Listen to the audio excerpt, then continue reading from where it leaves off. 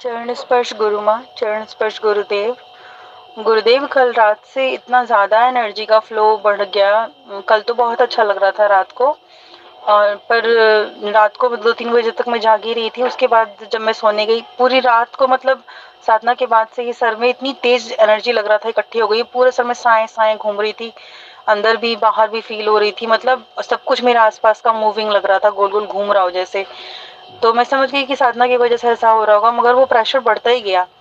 और अभी सुबह से भी इतनी ज़्यादा एनर्जी फील हो रही है, बहुत बहुत सर में मतलब गोल गोल घूम रहा है सब कुछ। और गुस्सा आ रहा है बिना बात के। ऐसा नहीं था, गुस्सा तो बिल्कुल गायब ही हो गया था मेरी लाइफ से, मगर आज बिना बात पे इरिटेशन हो रही है, छोटी छोटी बातों पर चिढ़ मच रही है, हल्की बहुत घबराहट में महसूस हो रही है। गुरुदेव, मैं क्या करूं? मैं वापस इन सब चीज़ों में नहीं जाना चाहती, प्लीज़ मेरी हेल्प कीजिए। मैं विष्णु, साउथ दिल्ली से। प्रणाम आपको। गुरु साधना में जो हम विधि कर रहे हैं, जैसे हमने सोचा कि 15 दिन में हम निराकार में लीन हो जाएंगे, तो जब हम इतना फास्ट कर रहे हैं चीजों को कि 15 दिन में ही हमें निराकार में लीन होना है, तो ये वही क्षण है जब संपूर्ण ब्रह्मांड आप पे बरसने लगेगा।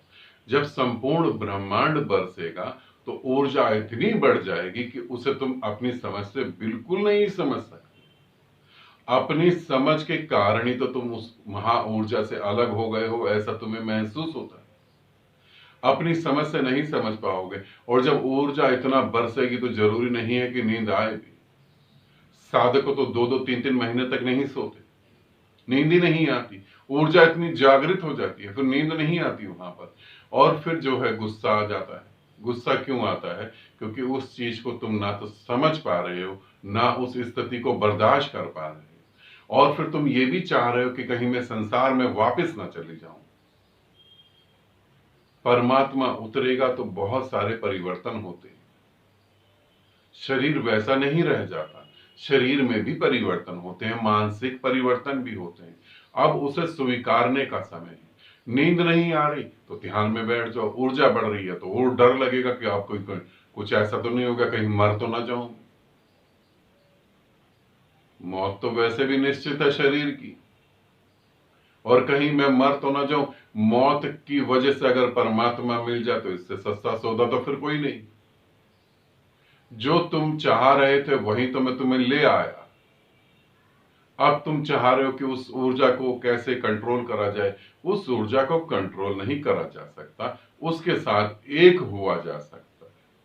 और एक होने का अर्थ है उसमें डूब जाना, उसे स्वीकार कर लेना। ऊर्जा इतनी बढ़ गई कि अब कुछ नहीं हो पा रहा, स्वीकार भी नहीं कर पा रहे, तो नाचो, गाओ। घर के बहुत सारे काम होंगे, हाउस वाइफ होगी या जॉब करती होगी, 3-4 दिन का काम एक ही दिन में कर दो।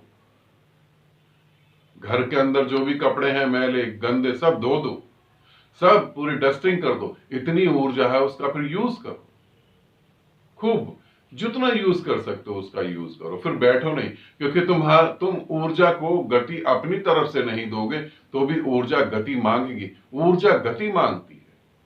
फिर अगर तुम ये गतियां नहीं दोगे, गाओगे नहीं, भजन नहीं गाओगे, नाचोगे नहीं, घर के कपड़े वपड़े जो भी पड़े हैं, घर का वर्क नहीं करोगे, ऑफिस का वर्क नहीं करोगे, तो तुम क्या सोच रहे हो ऊर्जा कहां जाएगी? फिर ऊर्जा क्रोध में जाएगी, क्योंकि वो स्वाभाविक पहले से ही कई जन्मों से खुले हुए रास्ते। फिर वो रास्ते खुले, ऊर्जा स्वाभाविक क्रोध में जाएगी, वासना में जाएगी, यूट्यूब पे फिल्म देखने में चली जाएगी, यूट्यूब पे सीरियल देखने में चली जाएगी। वो सास बहू नंद के जो सीरियल आते हैं उसमें उलझ जाओगे। नहीं तो देश में क्या हो रहा है क्या नहीं हो रहा यहां उलझ जाओगे। ऊर्जा गति मांग रही है, तुम अपनी तरफ से गति नहीं दोगे तो ऊर्जा उसी गति में जाएगी जहां तुम कह रहे हो कि संसार में मुझे दोबारा नहीं जाना। जा तो तुम संसार में ही रहे हो। ठीक है, इसे समझना। अगर तुम्हें लगता है कि ऊर्जा बर्दाश्त नहीं हो रही तो एक्टिविटी करो, एक्सप्लेन करो, खूब प्रेम करो। और अगर लगता है तुम्हें कि मैं ये भी नहीं कर सकती तो फिर ध्यान साधना, गुरु साधना तो कम से कम छोड़ ही दो, क्योंकि इसमें तो आगे हम और ऊंचाई पे जाने वाले हैं। आज जो हम कर रहे हैं, करने वाले हैं, मैं, गुरु माँ और गुरु माँ के साथ आप सब लोग जो जुड़ेंगे तो ऊर्जा तो और बढ़ेगी। ठीक है, आनंदित रहो, सदा खुश रहो। बहुत बहुत प्रेम आप सभी।